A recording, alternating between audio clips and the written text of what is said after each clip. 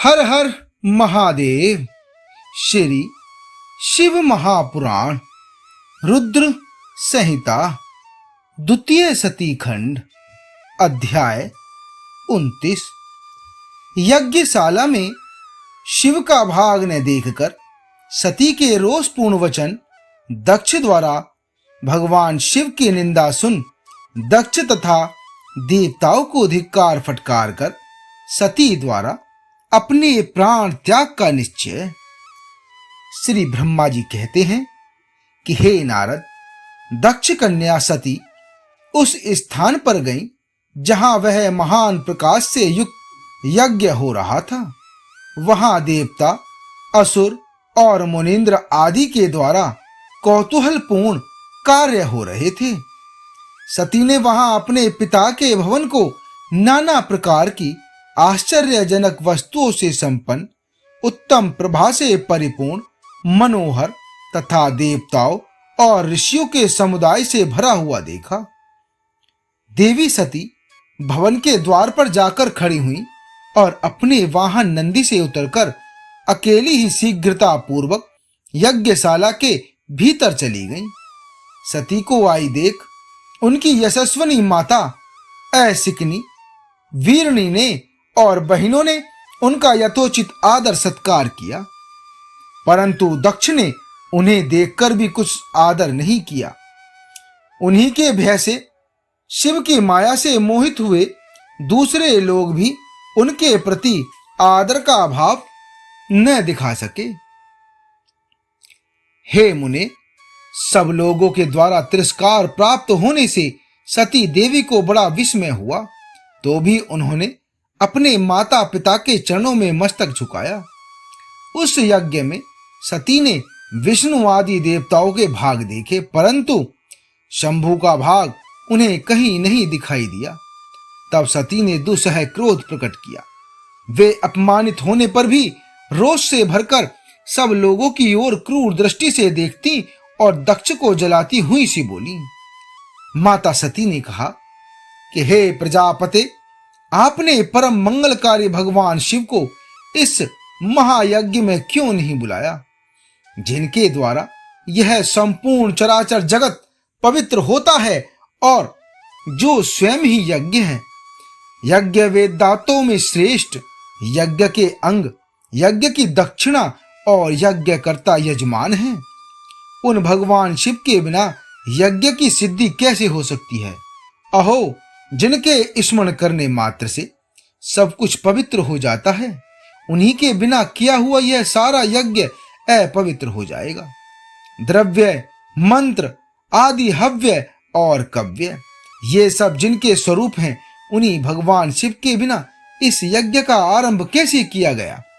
क्या आपने भगवान शिव को सामान्य देवता समझकर उनका अनादर किया है? आज आपकी बुद्धि भ्रष्ट हो गई है, इसलिए आप पिता होकर भी मुझे अधम जांच रहे हैं।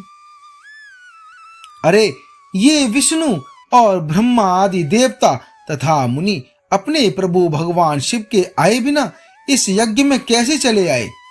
ऐसा कहने के बाद शिव स्वरूपा परमेश्वरी सती ने भगवान विष्णु, ब्रह्म, इंद्र आदि सब देवताओं को तथा समस्त ऋषियों को बड़े कड़े शब्दों में फटकारा। श्री ब्रह्मा जी कहते हैं कि हे नारद, इस प्रकार क्रोध से भरी हुई जगदम्बा सती ने वहां व्यथित हृदय से अनेक प्रकार की बातें कहीं।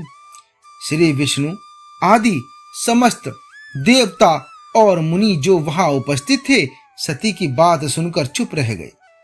अपनी पुत्री के वैसे वचन सुनकर कुपित हुए प्रजापति दक्ष ने सती की ओर क्रूर दृष्टि से देखा और इस प्रकार से कहा।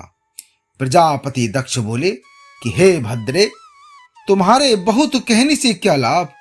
इस समय यहां तुम्हारा कोई काम नहीं है। तुम जाओ या ठहरो, यह तुम्हारी इच्छा पर निर्भर है। तुम यहां आई ही क्यों?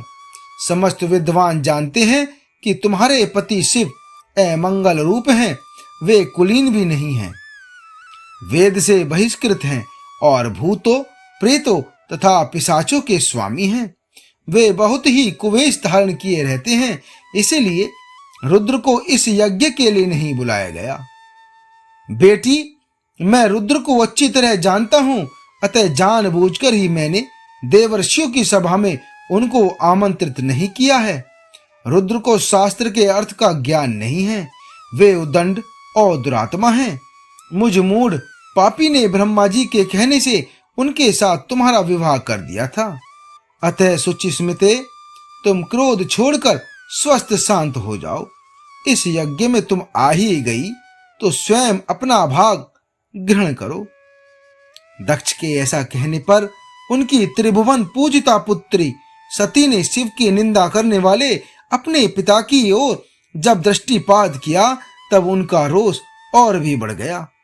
वे मन ही मन सोचने लगी कि अब मैं शंकर जी के पास कैसे जाऊंगी। यदि शंकर जी के दर्शन की इच्छा से वहां गई और उन्होंने यहाँ का समाचार पूछा तो मैं उन्हें क्या उत्तर दूंगी।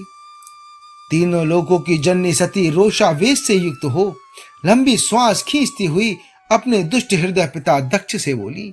माता सती ने कहा कि जो महादेव जी की निंदा करता है अथवा जो उनकी होती हुई निंदा को सुनता है, वे दोनों तब तक नरक में पड़े रहते हैं जब तक चंद्रमा और सूर्य विद्यमान हैं। अतः हे तात, मैं अपने इस शरीर को त्याग दूंगी, जलती आग में प्रवेश कर जाऊंगी। अपने स्वामी का अनादर सुनकर अब मुझे अपने इस जीवन की रक्षा से क्या प्रयोजन। यदि कोई समर्थ हो तो वह स्वयं विशेष यत्न करके शंभु की निंदा करने वाले पुरुष की जीभ को बलपूर्वक काट डाले, तभी वह शिव निंदा श्रवण के पाप से शुद्ध हो सकता है। इसमें किसी भी प्रकार का संशय नहीं है। यदि कुछ कर सकने में असमर्थ हो तो बुद्धिमान पुरुष को चाहिए कि वह दोनों कान बंद करके वहां से निकल जाए।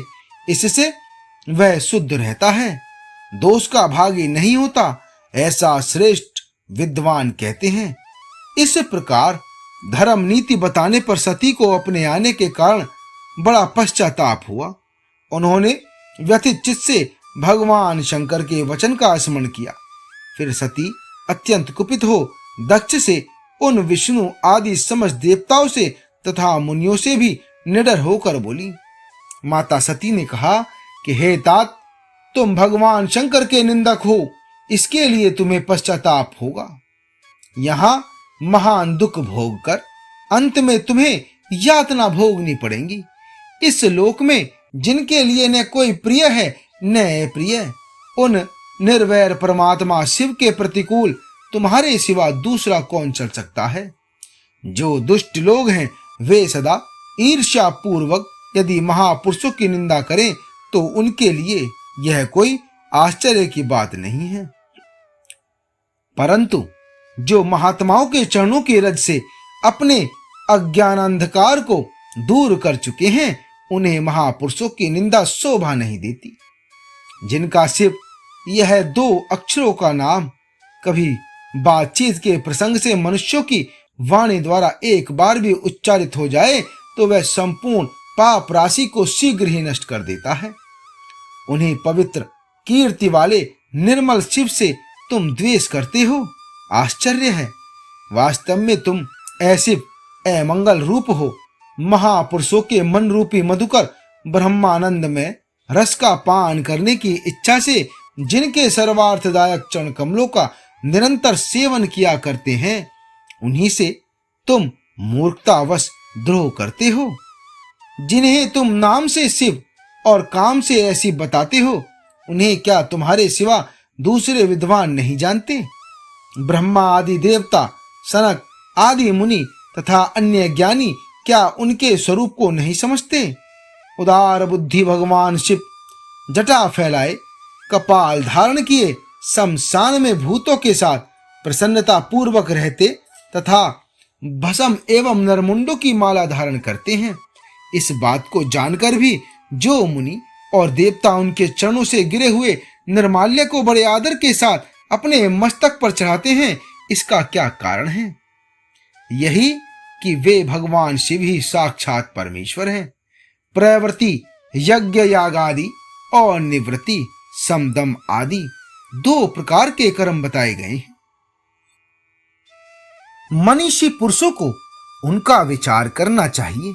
वेद में विवेचन पूर्वक उनके रागी और विरागी दो प्रकार के अलग अलग अधिकारी बताए गए हैं। परस्पर विरोधी होने के कारण उक्त दोनों प्रकार के कर्मों का एक साथ एक ही कर्ता के द्वारा आचरण नहीं किया जा सकता। भगवान शंकर तो परब्रह्म परमात्मा हैं, उनमें इन दोनों की प्रकार के कर्मों का प्रवेश नहीं है। उन्हें कोई कर्म प्राप्त नहीं होता, उन्हें किसी भी प्रकार के कर्म करने की आवश्यकता नहीं है। हे पिताश्री, हमारा ऐश्वर्य अव्यक्त है, उसका कोई लक्षण व्यक्त नहीं है। सदा आत्मज्ञानी महापुरुष ही उसका सेवन करते हैं। तुम्हारे पास वह ऐश्वर्य नहीं है। यज्ञशालाओं में रहकर वहां के अन्न से तृप्त होने वाले कर्मठ लोगों को जो भोग प्राप्त होता है, उससे वह ऐश्वर्य बहुत दूर है। जो महापुरुषों की निंदा करने वाला और दुष्ट है, उसके जन्म को धिक्कार है। विद्वान पुरुष को चाहिए कि उसको संबंध को विशेष रूप से प्रयत्न करके त्याग दे। जिस समय भगवान शिव तुम्हारे साथ मेरा संबंध दिखलाते हुए मुझे दाक्षायणी कहकर पुकारेंगे, उस समय मेरा मन सहसा अत्यंत दुखी हो जाएगा। इसलिए तुम्हारे अंग से उत्पन्न हुए सदा सबके तुल्य घृणित इस शरीर को इस समय मैं निश्चय ही त्याग दूंगी और ऐसा करके सुखी हो जाऊंगी। हे देवताओं और मुनियों, तुम सब लोग मेरी बात सुनो। तुम्हारे हृदय में दुष्टता आ गई है।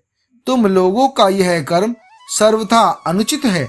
तुम सब लोग मूढ़ हो, क्योंकि शिव की निंदा और कलह तुम्हें प्रिय है। अतः भगवान हस्त से तुम्हें इस कुकर्म का निश्चय ही पूरा पूरा दंड मिलेगा।